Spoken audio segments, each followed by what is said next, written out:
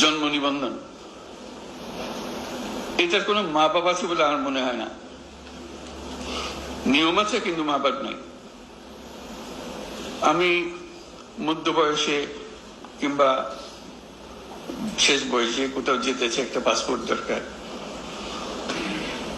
Passport করা হয়নি, জন্ম নিবন্ধন নাই বলে জন্ম নিবন্ধন লাগবে, আমার আমলে জন্ম নিবন্ধন কে করতে জানিও না, ইত্যাদি ইত্যাদি। কিন্তু পাওয়া যায়, পয়সা দিলে ঠিকই চলে আসে। পয়সা দিলে যখন ঠিকই চলে আসে, তাহলে পয়সা না দিলেও আসার কথা। এই সিস্টেমটা আমরা করতে পারছি না কেন? এটা তো একজন নাগরিকের অবশ্য প্রাপ্য, আমার জন্ম সনদ। সরকার ব্যবস্থা করতে পারে নাই বলে অজুহাত দিয়ে তো চলবে না,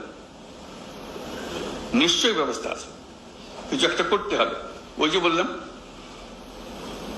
যে টাকা দিলে করে দিতে পারে, সেটা সরকার কেন পারবে না?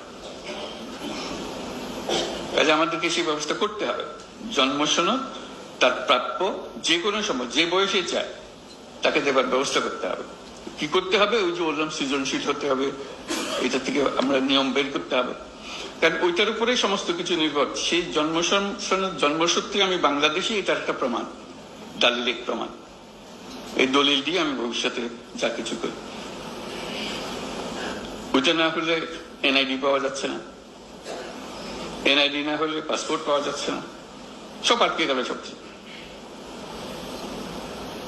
আমরা বলছি যে এটা সবার একই সঙ্গে তার সমস্ত কিছু হতে হবে।